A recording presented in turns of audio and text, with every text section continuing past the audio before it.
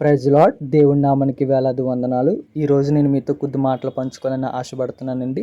1 కొరింథీయులు 2:4 మీ విశ్వాసము మనుషుల జ్ఞానము ఆధారము చేసుకొనక దేవుని శక్తిని ఆధారం చేసుకుని ఉండవలెను. అంటే మనుషుల జ్ఞానం ఆధారం చేసుకొనక ఉండాలని దేవుని వాక్యం సెలవిస్తుంది అనమాట. ఎందుకంటే ఈ రోజుల్లో అందరూ ఒకేలాగా ఉంటారు. కొంతమంది ఒకలా ఉంటారు, కొంతమంది ఆలోచన ఒకలాగా ఉంటాయి.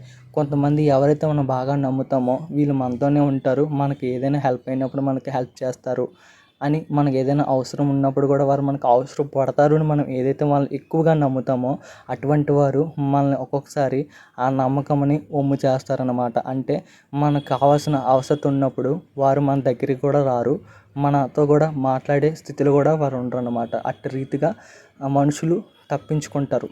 అదే దేవుడి చిత్తానుసారంగా మీరు దేవుని అడిగిన యెడల దేవుడు మనుషులు ఎవరొక్కరి ద్వారా ఆ సమయానికి వారి మనసులు మార్చి వారు సమాధానంగా మీ వద్దకు వచ్చి మీకు ఏదైతే అవసరం ఉన్నదో అవసరం మనుషుల ద్వారా కూడా దేవుడు సహాయం చేయగలడు. ఎందుకంటే కొంతమంది ఒకలాగా, కొంతమంది ఆలోచనలు ఒకలాగా ఉంటాయి. కాబట్టి దేవుడు తన చిత్తానుసారంగా ఎవరైతే ఏర్పరచుకుంటారో వారు మీ పక్షంగా మీకు సహాయం చేసేవారిని ఆ సమయానికి మీరు ఉంచుతారన్నమాట. అందుకే మనుషులు నమ్ముకుంటే వ్యర్థం, యెహోవాని ఆశ్రయించడం మేలని వాక్యం సెలవిస్తుంది. అలాగే ఈ వాక్యంలో కూడా మనుషుల జ్ఞానం ఆధారం చేసుకుని, అంటే మనుషుల ఒక ఆలోచన ఏదైతే ఆలోచన ఉంటుందో పలానా ఆలోచన చెయ్యి, ఇది చెయ్యి, అది చెయ్యి అంటారు.